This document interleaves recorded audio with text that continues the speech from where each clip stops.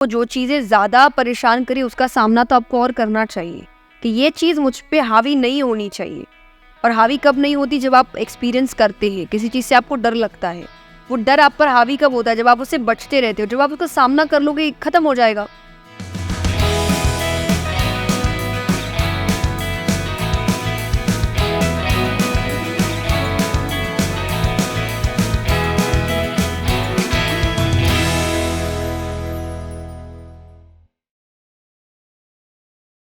आजकल आप देखते हैं कि सोशल मीडिया इतना ज़्यादा है, आज हम इतने सारे लोगों से कनेक्टेड हैं।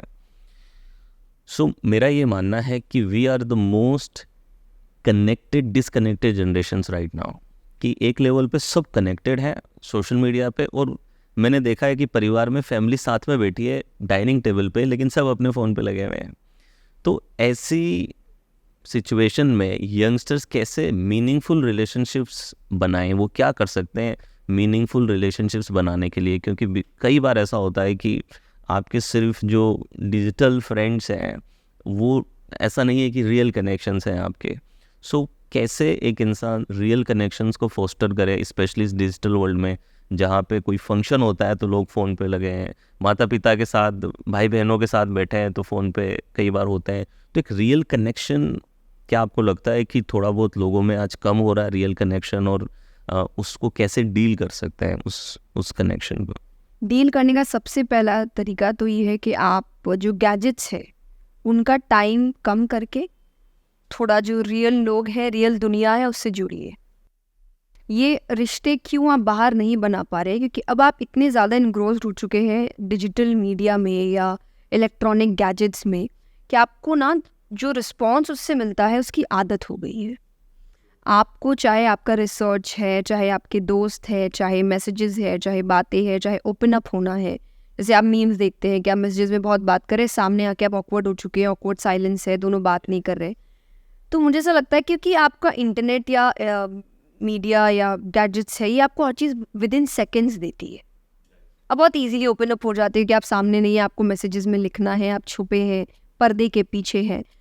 तो आपको हर चीज़ इतनी जल्दी मिल रही है कि अब आपको जल्दबाजी की आदत हो गई है। जब आप रियलिटी में अब किसी के साथ बैठे हैं तो आपको ओपन अप होने में टाइम लग रहा है। यस, आपको पेशेंस चाहिए जो खत्म हो गया है। यस। उसको लग रहा है इससे अच्छे तो फ़ोन पे थे। और आप गुड नाइट भी नहीं लिखता, GN लिख देता। हाँ, मतलब इतना पेशेंस लेवल गिर गया है व्यक्ति का। तो अब धीरे धीरे ये रिश्तों पर आ रहा है कि अब रिश्ते इंटरनेट पे ज़्यादा अच्छे हो रहे हैं, आमने सामने खराब हो जा रहे हैं, क्योंकि आमने सामने वाला टाइम आदमी देना नहीं चाह रहा। और इसीलिए जब आपको कहा जाता है स्पिरिचुअलिटी में एक सबसे बड़ा एक्सरसाइज है कि आप नेचर के साथ टाइम स्पेंड करिए। क्यों? नेचर अपना टाइम लेता है। आप बीज बोइए, आप कितना भी पानी डालिए, वो कल पेड़ नहीं बनाएगा। फोन पे पेड़ की फोटो ले आएंगे आप, patience is there in nature. Phone पे पेड़ की फोटो ले आएंगे आप, लेकिन आपके सामने को वो तो उतना ही समय लेगा जितना वो लेता है। तो ये चीज़ आपको पेशेंस सिखाती है कि कैसे अपने टाइम से हर चीज़ होती है। आपको कितनी जल्दी भी रात चाहिए, रात अपने ही टाइम पे आएगी। आपको उसके लिए वेट करना पड़ेगा, फ़ोन पे नहीं करना पड़ेगा। Yes, instant gratification is there. तो वो चीज़ आपको कम करना, आपको बैलेंस रखना पड़ेगा। मैं कभी भी कोई चीज़ बंद करने के लिए नहीं कहती, मैं कहती हूँ बैलेंस्ड फॉर्म में करिए True, कि आप पे because हावी ना हो। yes, it is important because social media they are very important tools। आज के मॉडर्न वर्ल्ड में काफ़ी important tools हैं, बट कई बार लोग इतना ओवर यूज़ करते हैं कि जैसा आपने कहा कि ये सोशल मीडिया को यूज़ नहीं कर रहे हैं, सोशल मीडिया इनको यूज़ कर रहा है, राइट? सो दैट्स आपकी पूरी दुनिया वही है। अब उनका, जैसा मैंने कहा कि आपको क्यों फ़र्क पड़ रहा है, वो कुछ लिख रहा है, क्रिटिसिज्म, नेगेटिव क्रिटिसिज्म है, बट आपने दुनिया ही वो बना ली है अपनी। अब मुझे तो नहीं फ़र्क पड़ता, मेरी दुनिया में 4-5 लोग हैं जिनके बोलने से मुझे फ़र्क पड़ता है कि अगर ये मुझे कुछ बोलेंगे तो शायद मुझे फ़र्क पड़ेगा, बाकी मुझे नहीं फ़र्क पड़ता। आप अच्छी बात करोगे तो भी मैं ओवर एक्साइटेड नहीं हो जाऊंगी, मुझे वो काम करने के लिए ऑब्वियसली एक किक मिलेगी, पर मैं अपने आप को कि अरे मेरी इतनी तारीफ़ हो रही है, अरे मुझे इतना प्यार मिल रहा है, ये नहीं होगा।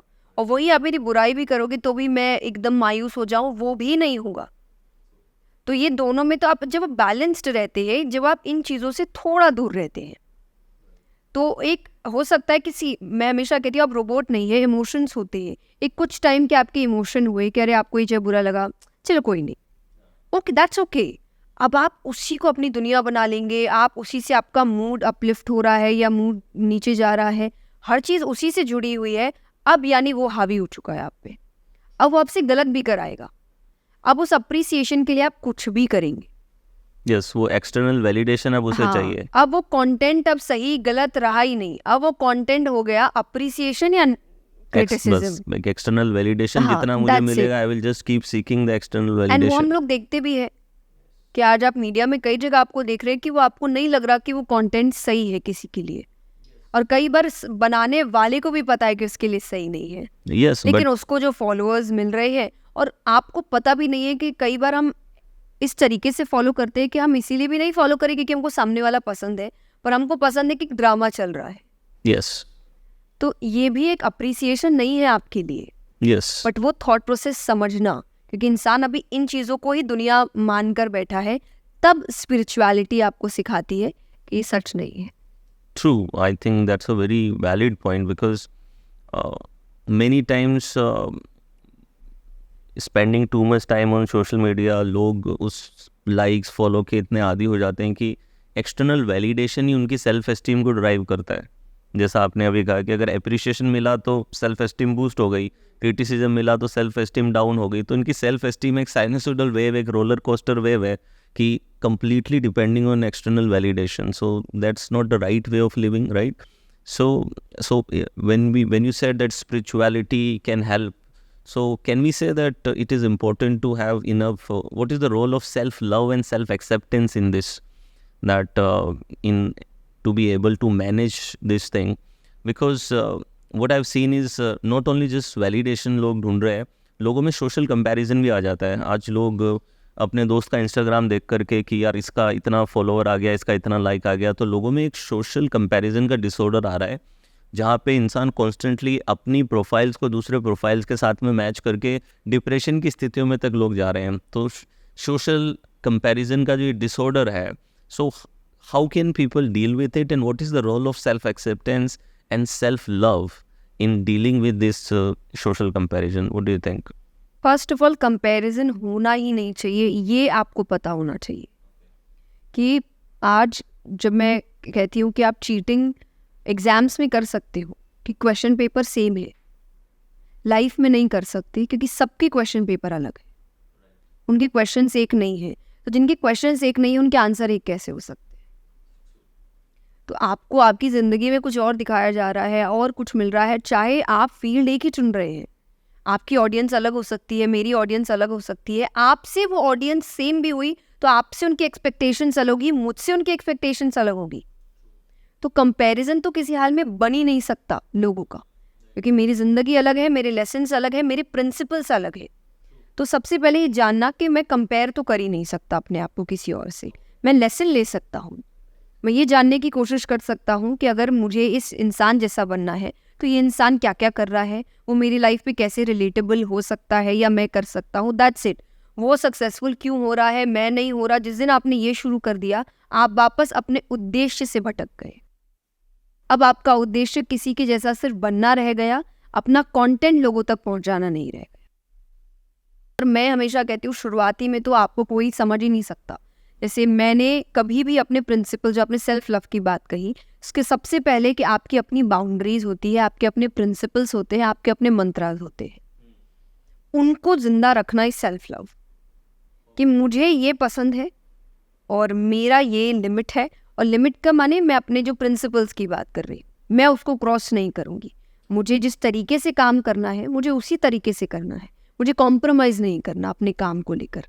तो जब मैंने शुरुआत करी थी तो मैं बहुत सिंपल लैंग्वेज में कथा करती हूँ, और उसके पीछे एक रीज़न है कि जब मैंने स्पिरिचुअलिटी चूज़ करी, और आई वुडंट से चूज़ करी, यानी मेरी लाइफ में जब आई और मुझे इंटरेस्ट जागा, तो मुझे चीज़ें समझने में बहुत समय लग रहा था, क्योंकि वो इतने स्ट्रिक्ट लैंग्वेज में होती थी, इतनी हाई लेवल लैंग्वेज में होती थी कि एक छोटी उम्र के बच्चे को नहीं समझ आएगी।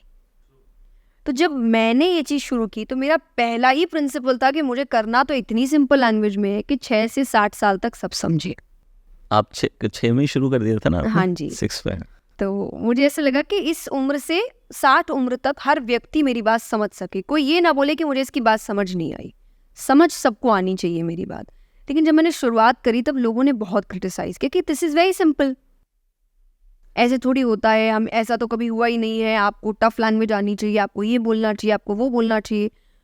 पर मैंने उसको चेंज नहीं किया। मैंने बोला मुझे तो ऐसे ही काम करना है, समय ज़्यादा लगेगा ना, मैं ज़्यादा मेहनत करूँगी और अच्छी अच्छी बातें, पर मेरी लैंग्वेज तो यही रहेगी। और आज मेरे सक्सेस या फेम के पीछे एक बहुत जो कई रीजंस हो सकते हैं, उसका सबसे बड़ा रीज़न है लोग यही कहते हैं कि आपकी बात हमको इतने अच्छे से समझ आती है। यस, कि सिंप्लीफाई कर दे रहे हो कि आप, आप तो जो आम बोलते इंसान हैं हम कनेक्ट कर रहा है। कनेक्ट कर पा रहे हैं। तो सोचिए जो मेरा क्रिटिसिज्म था आज वही मेरा अप्रिसिएशन है, कि आप मुझे बुला ही इसलिए रहे हैं कि आपको लगता है बहुत ही सिंप्लीफाइड वर्जन बोल रहे हैं। तो वो सेल्फ लव है मेरे लिए, कि मैंने मेरी जो जिद है, मेरा जो सपना है, मेरा जो काम करने का तरीका नहीं छोड़ा, नो मैटर मुझे आसपास वाले कितना चेंज होने के लिए बोल रहे हैं, क्योंकि उससे आपको तो कोई तकलीफ नहीं हो रही ना। जब तक मेरी किसी इच्छा से किसी और को इंटेंशनली तकलीफ नहीं हो रही, तब तक मुझे ऐसा लगता है कि वो मुझे जारी रखना चाहिए। वो मेरा खुद से प्यार है, वो मेरा खुद से वादा है और खुद की इज्जत करना है। और जब तक आप अपने से प्यार, अपने से इज्जत और अपने पे भरोसा नहीं करते, दूसरा तो कतई नहीं करेगा। यस, और वो आई तो आप थिंक पे डाउट करने ही बैठा है, और आप ही खुद डाउट करेंगे तो उसको तो एक और मौका मिल जाएगा। ये कई बार कहते हैं ना कि जब आपके रिलेटिव्स आपसे पूछते क्या करना है, और अगर आप उस वक्त एक एग्जैक्ट आंसर ना दो, मतलब इसी को नहीं पता तो क्या ही करेगा, जब तू ही नहीं जानता तो क्या ही कर लेगा। तो Right. वही लाइफ है, जब आप True. ही अपने आप से प्यार नहीं करेंगे तो कोई और क्यों करेगा। तो आपको True. अपने आप से प्यार करना है, भरोसा करना है, काम हो जाएगा, जब होना है हो जाएगा, सही टाइम पे होता है। पेशेंस चाहिए, बस Patience काम चाहिए करते बस। रहो अपना। और आई थिंक हम अंदर से जब when there is an state of self acceptance, self love, तो कोई ऐसी नीड नहीं है कि हम कंपेयर करें, because comparison always leads to two thing. किसी से कंपेयर करके या तो आप सुपीरियर फील करोगे या इन्फीरियर फील करोगे। दोनों ही केस के अंदर सुपीरियर करा तो इंसान ओवर कॉन्फिडेंस में जाएगा, इन्फीरियर किया तो एंग्जाइटी में जाएगा, और दोनों ही केसेस में उसके लिए बिल्कुल भी अच्छा नहीं है। सो मेरा तो इस पे ये मानना है कि हम सब एक यूनिक हैं और अपनी यूनिकनेस को एक्सप्लोर करें, बिकॉज 800 करोड़ लोग हैं, तो जब अगर इतने सारा जेनेटिक एक्सपेरिमेंट चल रहा है, नेचर इतने सारे अलग अलग लोगों को बनाया है, तो ऑफ कोर्स आपका एक यूनिक पर्पस है जो आपके थ्रू पूरा करना चाहता है, वरना there are so many people, right. So अपनी यूनिकनेस को अगर हम एक्सप्लोर करें, अपनी स्पेशलिटी को एक्सप्लोर करें, और आई थिंक सेल्फ लव और सेल्फ एक्सेप्टेंस जो आपने कहा, I think that will be the good way for them to do that.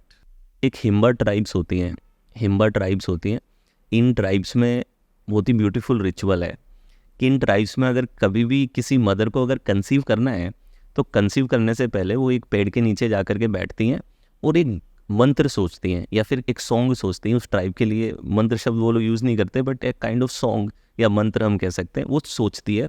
वो रोज़ जा कर के उस पेड़ के नीचे बैठेगी, और जब तक उसको एक मंत्र आ नहीं जाएगा अंदर से कि इस मैं जो कंसीव करना चाहती हूँ, जो लाइफ इस दुनिया में लाना चाहती हूँ, उसके लिए उससे जुड़ा एक मंत्र है, तो जैसे ही वो गीत या मंत्र उसको आ जाता है, देन दे कंसीव। और पूरी प्रेगनेंसी की जर्नी में जो पूरा ट्राइब है वो उसके लिए कंटिन्यूसली ये गीत गाता रहता है, फीटस की प्रोग्रामिंग करने के लिए। और फिर जब वो बच्चा पैदा होता है, उसका जो भी वो संस्कार करते हैं, तो उसमें उस गाने को उस गाने को सारा कबीला मिलके गाता है। और इतनी उनके वहाँ पे पनिशमेंट का सिस्टम नहीं है, वो जो गीत होता है उसमें उसकी आइडेंटिटी, उसका वैल्यू सिस्टम, वो सब उस गीत में जुड़ा रहता है कि उसका चरित्र कैसा होना चाहिए। तो फिर बाद में अगर वो सपोज़ कुछ अलग काम कर देता है, सपोज़ उसने चीटिंग कर दी कुछ, तो उसने अगर कोई चीटिंग करी या कुछ गलत काम किया, तो उस कबीले में पनिशमेंट नहीं होती है। पूरा ट्राइब मिलता है, उसको बीच में बिठाते हैं और सब एक साथ वो गाना गाते हैं, और अगले 6-7 दिन तक रोज़ वो गाना उसे सुना करके उसे फिर से उसके साथ में कनेक्ट किया जाता है, कनेक्ट करते हैं, बिकॉज दे बिलीव कि जब आप अपने ट्रू सेल्फ से डिस्कनेक्ट होते हो तभी आप कुछ बुरा करते हो। यू हैव इष्ट देव हमारे यहाँ यस, कि जब आप बच्चा होता है उसकी कुंडली में ही वो बता देते कि इसके इष्ट देव ये है। आप खुद भी कहते हैं कि बना सकते हैं, लेकिन कुंडली भी बताते हैं कि आपके लिए ये भगवान अपॉइंट किए गए हैं, उनके लिए ये भगवान अपॉइंट किए गए हैं। तो आप उन्हीं के मंत्रों से शुरुआत करते हैं, आप उन्हीं के लेसन से शुरुआत करते हैं कि आपके लिए अपॉइंट किए गए हैं। ऐसे आप मान सबको सकते हैं, पर आपके लिए अपॉइंट भी किए गए हैं। तो इसीलिए तो मुझे जब बताएगा मैंने, और ये जैसे मैं सबसे ज़्यादा मानती कृष्ण जी को हूँ, मेरा प्यार कृष्ण जी से ज़्यादा है, हर चीज़ कृष्ण जी से जुड़ी है। पर मैंने जब मंत्र शुरू किया था तो मैंने ओम नमः शिवाय से ही शुरू किया था। और ये शुरू करने के बाद काफ़ी समय बाद मैंने जब कुंडली की कोई बात हुई और ये देख रहे थे तब उन्होंने कहा था कि आपको इनकी ही पूजा करनी चाहिए। और तब मुझे लगा कि कई बार आपको पता भी नहीं होता पर आप उन्हीं से अपने आप जुड़ जाते हैं मंत्रों के लिए या पूजा के लिए। जबकि मेरी फीलिंग्स पूर्ण तरीके से कृष्ण जी की ओर जुड़ी हुई है, पर मैंने मंत्र की शुरुआत शंकर जी से करी। तो जो किशोरी शब्द है कि ब्रज जी। में किशोरी राधा को बोला जाता हाँ है, जी। And Kishori means that always youth, right? Yes so is that yes. Coming from there, वहीं से नो आ नो, रहा तो है? ये मुझे मैं बहुत छोटी थी, मेरे गुरुजी ने ये नाम दिया और पापा और सब साथ में। तो जैसे हमारे घर में लड़के को कन्हैया कन्हैया बुलाया जाता है, तो वो मुझे किशोरी बुलाते थे कि जैसे अब बेटा अगर कन्हैया हो सकता है तो बेटी राधा क्यों नहीं हो सकती, तो उस नाम से। और फिर जब मैंने शुरुआत करी तो इस नाम के साथ ही शुरुआत करी, ये सोच Nice. कर कि मुझे ऐसा लगा कि सच्ची बात है कि अगर, और ये एक चेंज भी हो सकता है क्योंकि जब बेटा पैदा होता है तो हम नंद उत्सव मनाते हैं, पर जब बेटी पैदा होती है तो ऐसे कोई उत्सव का नाम नहीं है कि ये उत्सव। लड़के के लिए नंद उत्सव होता है, जो अब होता है उसको नाम दिया जाता है कि कन्हैया पैदा हुआ है, तो राधा क्यों नहीं हुई है? तो हर घर की लड़की राधा भी हो सकती है। तो वो एक सोच के साथ और फिर ये नाम ही जुड़ गया मेरे साथ। और मुझे ऐसा लगा कि भगवान का नाम है तो ऑब्वियसली काफ़ी लकी होता है। और दोनों ही नाम तो मेरी दादी जी दुर्गा जी को बहुत मानती थी, तो जया दुर्गा जी का नाम है, किशोरी राधा जी का नाम है। तो आई थिंक शक्ति दोनों मुझे मेरे मतलब साथ आप, जुड़ी हुई है। लवली। कई बार ऐसा होता है कि एक तो रात है, एक तो ये तरीका है कि आप एनलाइटनमेंट जब लोग खोजते हैं तो लोग एक प्रोसेस से गुजरते हैं, एक साधना से गुजरते हैं।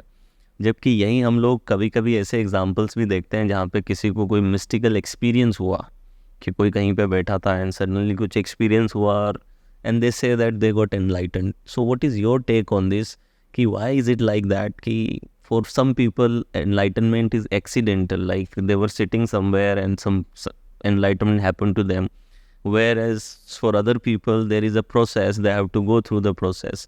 So इसमें कितना सच होता है, क्या ऐसा होता है? What is your take on this? What is your perspective on this? बिल्कुल बिल्कुल होता है। और जैसे मैंने कहा यही वो कंपैरिजन कि किसी की लाइफ सेम नहीं है।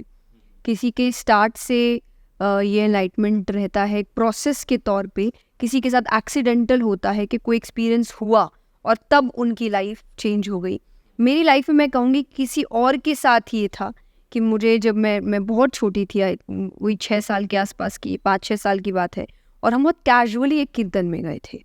तो मुझे भी भजन काफ़ी याद थे और उस वक्त जो सत्संग कर रहे थे और मैं वहाँ फूलों से खेल रही हूँ लेकिन मैं गा रही हूँ, लिपसिंग कर रही हूँ, और उनकी नज़र पड़ी और जैसा वो बताते हैं कि उनको एक एनलाइटमेंट हुई थी उस वक्त और उनको ऐसा लगा था कि शायद इस बच्ची को स्पिरिचुअल फील्ड में जाना चाहिए। Okay, so और he got yes, flash from हाँ, for you. Okay. तो उन्होंने मेरे पापा से बात करी थी कि ऐसा ऐसा मुझे कुछ फील हुआ है, so you should try something. पर तब हमारे लिए कोई इतनी बात समझ की थी नहीं, तो उसी तरीके हम सत्संग में ही जाते रहते थे, फैमिली में कभी हो रहा है ऐसा, तो भजनों से ही शुरुआत हुई। लेकिन फिर कब वो इंटरेस्ट इतना जागता गया, वो क्यूरियोसिटी जागती गई, चीज़ों को जानना, भगवान की तरफ बढ़ते रहना, भगवान से प्यार होना। मुझे बहुत बचपन से भगवान से बहुत प्यार था कि मेरी हर चीज़ उनसे जुड़ी है, मेरी खुशी उनसे जुड़ी है, मेरे दुख उनसे जुड़े हैं, मेरी चिंताएं उनसे जुड़ी है, मेरी ज़िंदगी उन्हीं के आगे पीछे घूमती है। तो वो बचपन से, तो वो देखकर शायद मेरे पेरेंट्स ने और मुझे सपोर्ट किया था कि नहीं, ये शायद एक डेस्टिनी है जो बुला रही है, इसी काम के लिए शायद जन्म हुआ है। तो फिर मैंने वहीं से शुरुआत की और आज भी आई थिंक मैं फ्यूचर लेकर नहीं चलती। मुझे कोई पूछे अगले 5 साल में आपका क्या प्लान है, मुझे नहीं पता क्या है, Okay. क्योंकि मुझे 2 साल पहले भी मैं नहीं पूछने पता ही वाला था आपसे नहीं, मुझे सच में बिल्कुल नहीं पता कि what क्योंकि is your मैंने plan for future vision? बिल्कुल भी Nothing. नहीं Just पता, मुझे बिल्कुल भी नहीं going with पता। the flow. Yes, I am just going with the flow. बस मेरा एक मोटिव स्टार्ट से था कि मुझे भगवान की बातें लोगों तक पहुंचानी है। स्क्रिप्चर्स आपने कौन कौन से जो थोरोली पढ़े हैं या फिर आप अभी भी पढ़ते होंगी? मैं कभी नहीं कहूँगी मुझे ये ग्रंथ या स्क्रिप्चर मुझे अच्छे से पता, मैं कंटिन्यूसली पढ़ रही हूँ। तो मैं ये कह सकती हूँ कि मैंने रामचरितमानस पढ़ी है, मैंने गीता जी पढ़ी है, मैंने श्रीमद् भागवत पढ़ी है, मैंने महाभारत थोड़ी पढ़ी है। महाभारत मैंने पूरी कंप्लीट नहीं की है पर मैंने थोड़ी पढ़ी है।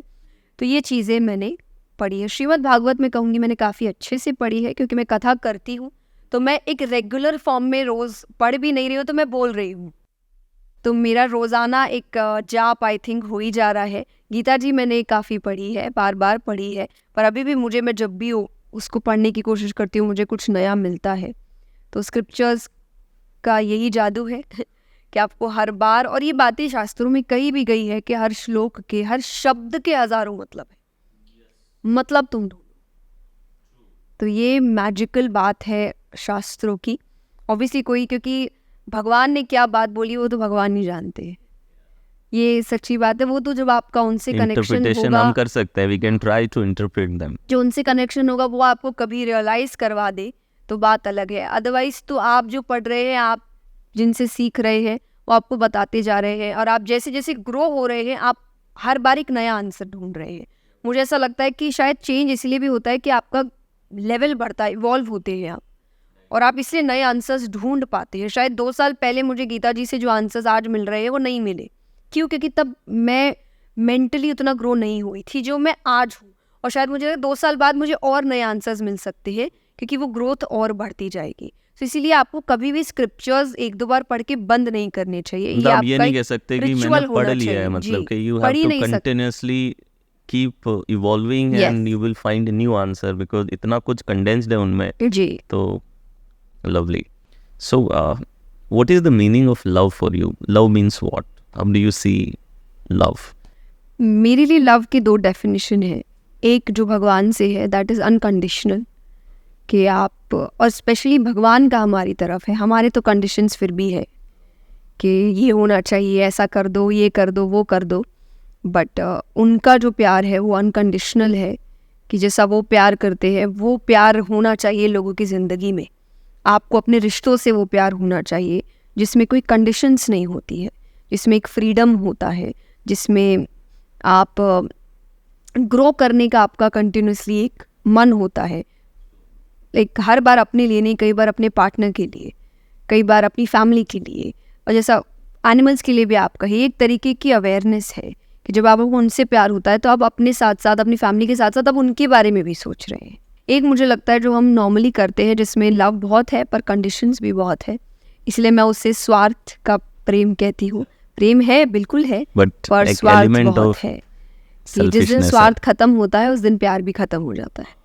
और ये हर रिश्ते के लिए जो आपको दिखता है कि आज हम अगर कई बार जगह फैमिलीज़ में भाई भाई है, भाई बहन है, कई जगह है बच्चे पेरेंट्स के साथ नहीं हो रहे, या कोई भी इशू है, दोस्त है, तो मुझे ऐसा लगता है जिस दिन स्वार्थ खत्म हो जाता है व्यक्ति का, उस दिन उसका प्यार भी खत्म हो जाता है। और मुझे ऐसा लगता है दुनिया ही स्वार्थ पर टिकी है। आप उसी से आप काम भी ये कर रहे हैं, आपको जब तक काम से फ़ायदा नहीं होता है आप तब तक उस काम के लिए आगे नहीं बढ़ते। जिस दिन फ़ायदा बंद हो जाएगा शायद आप वो काम छोड़ देंगे कि मेरा फ़ायदा या ख़त्म हो गया, कहीं और कोशिश करते हैं। ये काम से प्यार है, तो ये सांसारिक प्यार है जो है, और आपको उसको लेकर चलना पड़ेगा। आपको अपनी ड्यूटीज़ निभानी पड़ेगी, रिस्पॉन्सिबिलिटीज़ निभानी पड़ेगी। इन्जॉयमेंट भी है, आपको एक प्लेजर भी है, खुशी भी है, सेटिस्फैक्शन भी है, लेकिन जो अनकंडीशनल है, जिसके लिए व्यक्ति इनको भी छोड़ने को तैयार हो जाता है, वो भगवान का है, जिसको एक्सपीरियंस आपको करना चाहिए। Nice. So enjoyment के लिए what you do for enjoyment? Like what is your, when you are not doing this and when completely, is there a life beyond this spirituality and everything? So how do you spend your relaxing time? So which places you travel? And I don't travel much because मैं इतना travel करती हूँ, काम से इतना कर लेती हाँ, कि इंजॉयमेंट के लिए मुझे घर दिखता है कि मुझे घर दीजिए, या मुझे कहीं भी ऐसी, जब फॉर एग्जांपल मैं, हो सकता है कि ऐसा कुछ करूँ कि मैं बिल्कुल अलोन टाइम स्पेंड करना चाहती हूँ। So you can have your 2 day breaks कहीं भी, कि सिर्फ मैं हूँ और कुछ नहीं, अलोन टाइम। बट उससे भी कहीं ज़्यादा अगर मुझे कोई चीज़ रिलैक्सेशन देती, दैट इज़ फैमिली टाइम। मुझे बहुत पसंद है, और फैमिली में ऐसा भी नहीं कि सिर्फ क्योंकि हम 4 ही लोग हैं, मेरे ग्रैंड पेरेंट्स नहीं है, तो मैं मम्मी पापा, मैं और मेरी बहन है, जो हम लोग मोस्टली छोटी है, तो हम अलग अलग है। वो अलग सिटी में रहती है अपने काम को लेकर, और पेरेंट्स मैक्सिमम मेरे साथ ट्रैवल करते हैं, बट कभी कभी मॉम वहाँ चली जाती है, डैड मेरे पास रहते हैं, तो हम ऐसे बिखरे हुए ही रहते हैं, कभी कोई कहाँ कभी कोई कहाँ। इसलिए वो तो गेट हाँ, टुगेदर ही एक गेट टुगेदर तो और हमारी एक- कोशिश होती है हम साथ रहे, बट इससे भी कहीं ज़्यादा कि अगर मुझे ज़्यादा टाइम मिला तो मैं और भी रिलेटिव्स को बुला लूँ, कि आप सबको घर बुला लो, हम सब साथ रहते हैं। कि हम 10 दिन की अगर छुट्टी मिल गई तो 10 दिन में आप अपने फैमिली वालों को इनवाइट कर लेते हैं, कि कुछ दिन परिवार के साथ, कजन्स है, रिलेटिव्स है। तो मुझे फैमिली टाइम बहुत पसंद है कि आपके अपने साथ है अपने, क्योंकि मुझे ऐसा लगता है जैसा आपने भी कहा बहुत छोटा टाइम है, और जब आप डेथ बेड पे होंगे ना तो आपको याद आएगा कि यही प्रेशियस मोमेंट्स थे। ट्रू। आई थिंक कि आपकी स्टीव जॉब्स हो या बाकी भी लोगों ने ये कहा है कि इट्स रिलेशनशिप से बहुत बड़ा हमारा हैप्पीनेस आता है। जी, वन और मोर इन्हीं थिंग, की खुशी है। आई थिंक मुझे ऐसा लगता है मेरे सक्सेस में अगर ये कभी खुश नहीं होते शायद इतना मायने नहीं रखता। इनको खुश देखना, इनको इनके आंखों में वो गर्व देखना, शायद ये भी एक बहुत बड़ा तरीका है। आपको जब लगता है, आपके माँ बाप जब खुश होते कि कम बोलते हैं वो, पर वो जब बोलते हैं तब आपको ऐसा लगता है कि हाँ, आज मुझे दुनिया वाले कितना भी कह दे, पर जब मेरे पेरेंट्स अगर मुझे कहते, स्पेशली माय फादर, कि जब मैंने दंगल मूवी देखी थी और जब उसमें वो लास्ट में उसके पापा कहते कि शाबाश बेटा ना, मैं father this is you, this is totally you, कि बहुत मुश्किल से मुझे वो, पर जब मिलता है तब आपको लगता है कि आज तो दुनिया जीत ली आपने। बिकॉज फादर्स इजीली अप्रिशिएट नहीं करते। It is true for me as well, right? कि sometime you crave for that appreciation, you want to achieve things, and when they say, because mother's तो फिर भी करते रहते हैं, फादर्स जनरली थोड़ा समय लेते हैं अप्रिशिएट करने में। हाँ, just to follow up with that question of love, we were talking about animals के लव की हम बात कर रहे थे, तो कई बार मैं ये सोचता हूँ कि हम कई साइंटिफिक रिसर्च में बहुत सारे एनिमल्स का यूज़ करते हैं, उन पे एक्सपेरिमेंटेशंस होते हैं ताकि ह्यूमन लाइफ को बेटर किया जा सके। So what is your take on this? Because अगर नहीं करें तो अपनी जो स्पीशी है वो थोड़ा सा आगे पीछे हो सकता है, टेस्टिंग नहीं करेंगे तो, आप टेस्टिंग करते हैं तो उनका भी लाइफ रिस्क पे होता है। तो what is your take on this कि ये जितना भी लेबोरेटरीज़ में और हम रिसर्चेस करते हैं, रैट्स पे रिसर्च होती है, अलग अलग पे रिसर्च होती हैं, just to save humans, maybe to build medicine for ourselves. First is obviously it's not good, ये तो ऑब्वियस है, हाँ, राइट? ऑब्वियस वाली बात है। नहीं, सो आई वुड से कि ऐसा कोई चीज़ नहीं है जिसका दूसरा सोल्यूशन ना हो, ओके, दूसरा रास्ता ना हो। हाँ, आपको समय लगेगा ढूंढने में, मेहनत लगेगी, और उस चक्कर में आपको लग रहा है कि अरे अब वो तो इतने इम्पोर्टेंट है नहीं। जैसे मैंने कहा स्वार्थ, अब जैसे कई ऐसे ब्रांड्स हैं जो नहीं करते हैं, जो इंसानों पर ही शायद एक्सपेरिमेंट्स करते हैं या किसी और वे में करते हैं, पर जो जानवरों पे या कोई भी लिविंग बीइंग पे एक्सपेरिमेंट नहीं करते। तरीके वो भी ढूंढ रहे हैं ना, उन्होंने किया है। हो सकता है कि उनका कॉस्ट शायद ज़्यादा होगा, या किसी और चीज़ में रिस्क ज़्यादा होगा, या अपने ऊपर कर रहे हैं तो उस चक्कर में उनको ऐसा लगता है कि हम अपने साथ, बट वो कर रहे हैं ना, मतलब ऑप्शन है। ये वही वाली बात है कि किसी को सक्सेस थोड़ी देर से मिल रहा है, किसी को बहुत जल्दी मिल गया क्योंकि उसने एक शॉर्टकट रास्ता अपनाया या जुगाड़ू काम किया, इधर उधर थोड़ा सही गलत सब कर लिया। और एक है जो ईमानदारी से कर रहा है, उसको समय लगेगा पर वो सोएगा चैन से।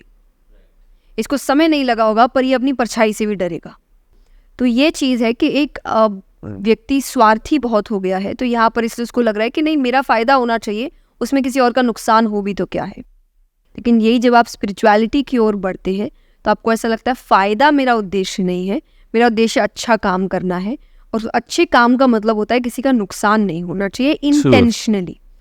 अब एक हो सकता है कि वही नुकसान, मतलब कि अगर मुझे सक्सेसफुल होता देख किसी को दिक्कत तकलीफ हो रही है तो ये मेरी प्रॉब्लम नहीं है, पर अगर इंटेंशनली मैंने किसी को तकलीफ पहुंचाई है, अपने आप को ऊपर करने के लिए किसी और को नीचा किया है, तो ये गलत है।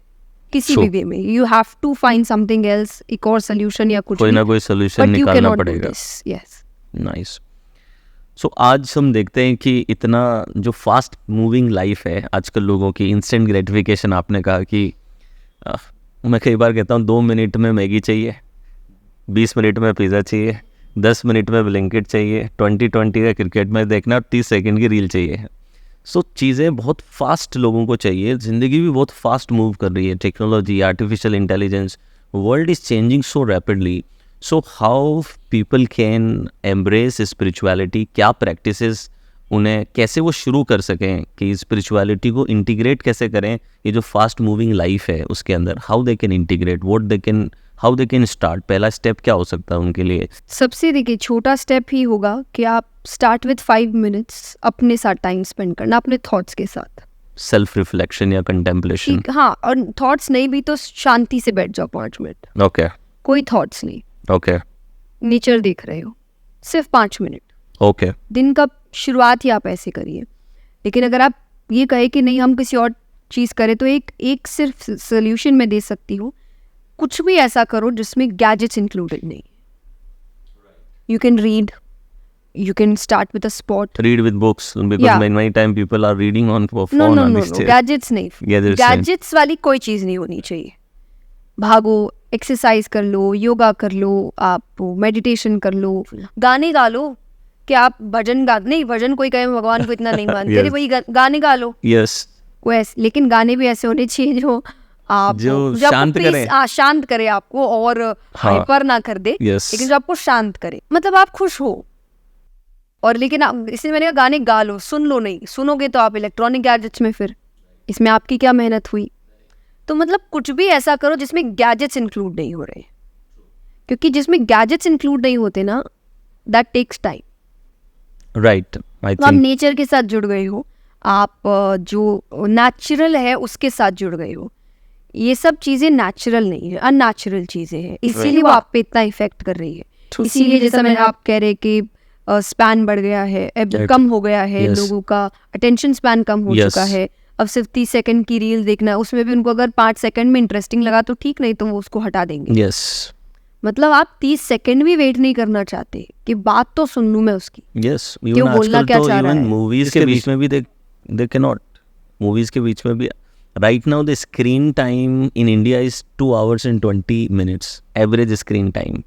That's a big, and attention span is around 8 seconds right now, that without having interrupting thoughts एक एवरेज ह्यूमन सिर्फ 8 सेकंड के लिए अपने फोकस को बिना हटाए रख पा रहा है। ये अटेंशन स्पैन आज की डेट में। और इसीलिए आप रिलेशनशिप में देखते हैं, मैं जब मैक्सिमम लोगों को I understand not everybody is the same, I understand कुछ लोग टॉक्सिक है, कुछ लोग पॉजिटिव है, कुछ लोग नेगेटिव है, that's okay, but you have to experience everything. लेकिन जब लोग कहते हैं कि और लोगों से बात करने से अच्छा कि मैं अपने फ़ोन के साथ रहूँ, मैं घर पे रहूँ, या मैं कुछ देख लूँ, मुझे ऐसा लगता है ये सही नहीं जा रहा, हम सही रास्ते नहीं जा रहे। क्योंकि यहाँ कहीं ना कहीं आप जो प्रॉब्लम आपको हो रही है उससे एस्केप करने की कोशिश कर रहे हैं। कभी ना कभी सामना होगा ना, राइट, कभी ना कभी लोगों से होगा, रिश्तों से होगा, और तब आप उस चीज़ को हैंडल नहीं कर पाएंगे। So you have to experience everything. आपको जो चीज़ें ज़्यादा परेशान करी उसका सामना तो आपको और करना चाहिए कि ये चीज़ मुझ पे हावी नहीं होनी चाहिए। और हावी कब नहीं होती? जब आप एक्सपीरियंस करते हैं, किसी चीज़ से आपको डर लगता है। वो डर आप पर हावी कब होता है? जब आप उससे बचते रहते हो। जब आप उसका सामना कर लोगे खत्म हो जाएगा। That's why they call that action is the antidote of fear. Yes. तो आपको वो चीज़ सामना करना पड़ेगा। तो रिश्तों में भी यही हो रहा है, काम में भी यही हो रहा है, लोग बंद होते जा रहे हैं। तो जब आपके पास कुछ करने को नहीं रह जाता, जैसे कोविड के टाइम बहुत लोग स्ट्रेस में गए, डिप्रेशन में गए, और कई ऐसे गए जिनको इशू भी नहीं हो रहा है। लेकिन कहते हैं ना कि जब आप नेचुरल चीज़ों के साथ नहीं जुड़ते हैं तो अननेचुरल चीज़ें आपके साथ होती है। और मुझे ऐसा लगता है कि जितना आप नेचर से जुड़े रहते हैं, जो लेसन्स आपको नेचर देता है इन विच एवर वे, वो आपको गैजेट्स नहीं दे सकते। Right, because generally आप कितना भी करो, वो आपकी yes. लाइफ इजी कर सकते हैं वर्क वाइज, मेंटली आपकी लाइफ इजी नहीं कर सकते, इमोशनली आपकी लाइफ इजी नहीं कर सकते, स्पिरिचुअली आपकी लाइफ इजी नहीं कर सकते। और ये 3 चीज़ जब इजी होगी तभी जाके आप stress, struggle, competition, depression, comparison, इन सब से जितने भी नेगेटिव इमोशंस है आप इनसे दूर होंगे। तो अल्टीमेटली क्रक्स ये है कि रेगुलरली एक डिजिटल डिटॉक्स होना ज़रूरी है। ज़रूर। We should go spend time with nature, we should connect with nature, because ultimately जो हमारी बॉडी और जो हमारा डिज़ाइन है वो नेचुरल वर्ल्ड में रहने के लिए बना है, वर्चुअल वर्ल्ड में रहने के लिए नहीं बना है। सेकंड, जया जी ने कहा कि सेल्फ रिफ्लेक्शन करना बहुत ज़रूरी है। इट इज़ इम्पोर्टेंट कि हम कंटेम्पलेट करें, सेल्फ रिफ्लेक्ट करें, ताकि एक पेशेंस कल्टीवेट हो। और खुद से जुड़ना भी ज़रूरी है, क्योंकि कई बार जिस भागा दौड़ी में इतने ज़्यादा हैं कि खुद से कनेक्शन ही लूज़ कर दे रहे हैं। तो आई think that will be good insight for people. So now will go for the rapid fire. Right, fast चलेंगे जया जी हम। हाँ जी, मेरी कोशिश रहेगी। सो आपकी फेवरेट स्पिरिचुअल बुक कौन गीता सी? जी फॉर श्योर। कौन सा आपका फेवरेट भजन है जो जब भी आपको मौका मिले तो आप सबसे पहले उसकी तरफ जाना चाहेंगे? मेरा आपकी कृपा से। कोई ऐसा हिस्टोरिकल स्पिरिचुअल फिगर जिनसे आप मिलना चाहेंगे कभी अगर मौका मिले तो? Swami Vivekananda ji for sure. Top 3 values आपकी जो आपकी लाइफ को गाइड करती हैं? Spirituality, spirituality, living in the present, living in the present. Keep learning all the time. एक ऐसी प्रैक्टिस जो आप डेली करती हैं अपनी इनर वेलनेस को मेंटेन करने के लिए? मंत्र चैंटिंग। अपने आप को प्रेजेंट मोमेंट में ग्राउंडेड कैसे रखते हैं आप? बिलीविंग इन गॉड कि he is doing everything, I am just an instrument. अगर आपको कोई कोर्स पढ़ाना हो तो आप किस टॉपिक पे पढ़ाएंगे? हैप्पीनेस। हैप्पीनेस पे आप पढ़ाएंगे, क्या बात है। अनकंडीशनल लव को अगर एक सेंटेंस में डिफाइन करना हो तो आप कैसे करेंगे? गॉड। लवली। सो एक ऐसा मैसेज जो आप यूथ के लिए शेयर करना चाहेंगी? Start your spiritual journey as soon as possible. ये आपके लाइफ में ड्रास्टिक चेंज ला सकता है, हर चीज़ में, रिलेशनशिप, आपके काम, करियर, आपका इमोशनल हेल्थ, आपका मेंटल हेल्थ, आपका फिजिकल हेल्थ। मतलब आप एक अलग दुनिया में जा चुके होंगे और आपको ऐसा लगेगा मैंने ये पहले क्यों नहीं शुरू किया। एक ऐसा एक्ट ऑफ काइंडनेस जो किसी का दिन बदल सकता है? Smile at what is your favourite way to unwind and relax after a long day? Family time. ऐसा कुछ जो आपने ट्राई किया है पाने का लेकिन नहीं मिला है अभी तक? मिला है वोन से, पर मुझे ट्रैक करना है, मैंने अभी तक किया नहीं है। मेरी बहुत इच्छा है एक बार ट्रैकिंग करने की, और पर मुझे मौका नहीं मिल रहा है, तो आई होप मैं बहुत जल्दी कर पाऊँ। Lovely. And 3 qualities that you will see in a boy that you would like to marry? I don't know qualities, I think मेरे जैसा होना चाहिए बस। सो मैंने ये बहुत जगह बोला है कि मॉडर्न भी हो पर ट्रेडिशनल भी हो, स्पिरिचुअल भी हो, बट मतलब कि दुनिया को भी समझे, मटीरियलिस्टिक चीज़ों को भी समझे, तो मेरे जैसा हो। और लास्ट में, आप बहुत सारे लोगों के लिए एक रोल मॉडल हैं, तो क्या एक मैसेज जो भी लोग अपनी एक सफलता की जर्नी पे आगे बढ़ रहे हैं या शुरू भी करने वाले हैं, तो क्या एक लास्ट मैसेज आप ऑडियंस के लिए देना चाहेंगे? मैं अपना एक कोट कहना चाहूँगी कि God's concept of life was never about winning और losing, it was always about learning.